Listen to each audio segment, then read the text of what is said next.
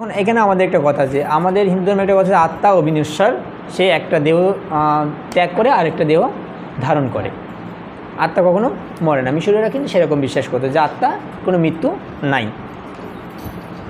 পরে আসি, মিশরীয়রা জীবদ্দশা তাদের কবরের স্থান, কবরের পদ্ধতি প্রভৃতি পরিকল্পনা করে যেত। কোনো ব্যক্তি মৃত্যুর পর তার উত্তরসূরিরা বিভিন্ন রাসায়নিক পদার্থ যেমন এখন আমাদের কেমিক্যাল দিয়ে যেগুলো রাখা হয়, বিভিন্ন জাদুঘরে দেখছেন না, পশুর বা প্রাণী বা কুমির বলেন, যাই হোক মাছ বলেন, যেগুলো সুন্দর করে কেমিক্যাল দিয়ে রাখা হয়েছে। ওই সময় এমন কোনো যেমন ভেষজ যে কেমিক্যালগুলো ছিল, এমনকি দেখেন তেলের ভিতরে আমরা যখন আচার বানাই, আমের আচার, মনে করেন আমের আচারটা বা জলপাইয়ের আচারটা আমরা তেলের ভিতরে, ওই আম বা আচারটা কি জলপাইটা কি পচে যাচ্ছে? সুযোগ নেই। তেলও কিন্তু একটা তেলের ভিতরে মানুষ রেখে দেবেন, ও আর পচবে না, ওইরকম থেকে যাবে। হয়তোবা গায়ের চামড়া টামড়াগুলো একটু অন্যরকম হবে, রাখতে বলতেছি না কারোর, কিন্তু এরকম হতে পারে, বুঝলেন, কিন্তু থেকে যাবে। এবার দেখেন, রাসায়নিক পদার্থ সুগন্ধি দ্রব্য মাখিয়ে বেশ কয়েকটি স্তরে সাদা কাপড় জড়িয়ে মৃতদেহটিকে সংরক্ষণ করে রাখতে, এভাবে সংরক্ষণ করা মৃতদেহকে মমি বলা হয়। উপসংহার বলছে, প্রাচীন মিশরের উৎকৃষ্ট শিল্প সংস্কৃতি পরবর্তীকালে প্রতিবেশী দেশগুলিতে ছড়িয়ে পড়ে এবং সেই সব দেশের শিল্প সংস্কৃতিকে যথেষ্ট প্রভাবিত করে। পরবর্তীকালে রামে শিল্প সংস্কৃতির, এখানে রামে ভুল আছে, এখানে একটা শিল্প সংস্কৃতির উৎকর্ষতা লক্ষ্য করা যায়, তা অনেকাংশে প্রাচীন মিশরীয় সভ্যতার কাছে ঋণী বলে অনেক মনে করে। এক কথা যে মিশরীয় সভ্যতায় যেসব শুধু শিল্প না, সব দিক থেকে আধুনিক সভ্যতার একটা উন্নতি, তারা কীভাবে শস্য সংরক্ষণ করতে হতো সেগুলো তারা মোটামুটি আবিষ্কার করে ফেলছিল। আপনারা এইটা দেখবেন, ইসলাম ধর্মে যারা আছে, ইউসুফ জুলেখা দেখছেন, কাহিনী জানেন, পড়ছেন, এটাও কিন্তু মিশরীয় সভ্যতার একটা অবদান আছে। ওই সময় তো আছে আমানরা সূর্যদেরকে বিশাল বিশ্বাস করতো, আবার ওই সময় দেখবেন একটা ধর্ম শুধু হলো দেবতা, মানে মূর্তি পূজা করতো।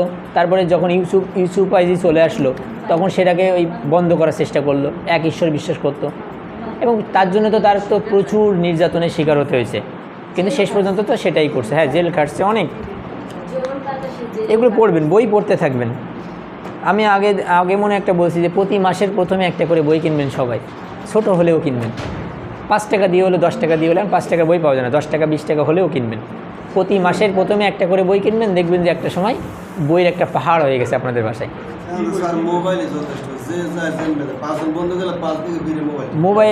মোবাইল প্রয়োজনীয়, জি আপনার যা ইচ্ছা। এখন তাহলে এটা পড়া থাকবে মিশরীয় সভ্যতার এইটুকু ছিল, আমি তো মনে হচ্ছে সেরকম ছিল। আচ্ছা যাই হোক শোনেন, সমস্যা নেই, মিশরীয় সভ্যতা আরেকবার মিশরীয় সভ্যতা পড়া থাকবে, পড়ে আসবেন তো বলেন?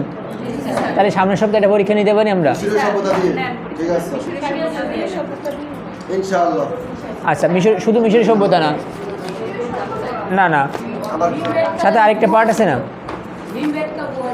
ভীমবেটকা গুহা। তাহলে এই যে আলতামির, আচ্ছা শিল্পীদের নাম কি ছিল? আচ্ছা, এসএম সুলতান আর মিশরীয় সভ্যতার ছোট্ট একটা টেস্ট নেওয়া হবে আধা ঘন্টার টাইমে। হ্যাঁ, গুহাটা পড়ে আসবেন। শোনেন, আমি কিন্তু এই গুহায় কিন্তু একবার ঢুকে কিন্তু আগে একবার বেরোতে পারি নাই, এবার কিন্তু এই গুহা ছাড়ে বেরোতে হবে।